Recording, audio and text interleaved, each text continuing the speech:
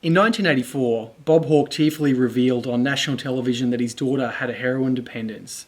This was a pretty revolutionary moment in Australian history because obviously there's a lot of stigma about a drug like heroin and people who use it. And to have the Prime Minister admit that on television was a massive change for the Australian community.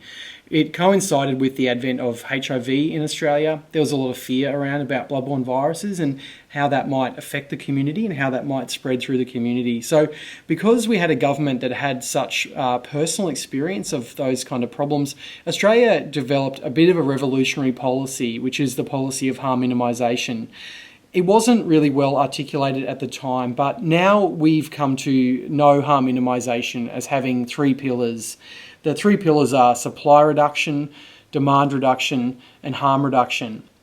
Supply reduction is obviously referring to reducing supply of drugs through policing, customs, law enforcement, but also things like liquor licensing and outlet opening hours, lockout laws for alcohol venues and that kind of thing.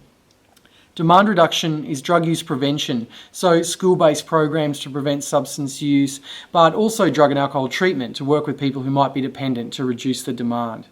The third pillar, harm reduction, is for when all the other pillars have failed and people are using drugs. What is it that we can do to make them safe? And in Australia, the best example of that would be needle and syringe programs that provide clean injecting equipment to people who inject drugs. We've also got one medically supervised injecting centre down in Sydney in King's Cross.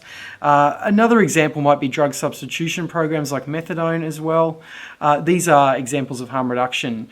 Harm reduction has been really successful. Australia's got the lowest rates of HIV in the world, mostly because of that harm minimisation philosophy that we implemented before HIV was able to get out. We know that for every dollar spent on needle and syringe programs, we save approximately $7 in treatment costs associated with hepatitis C alone. So there's a significant return on investment.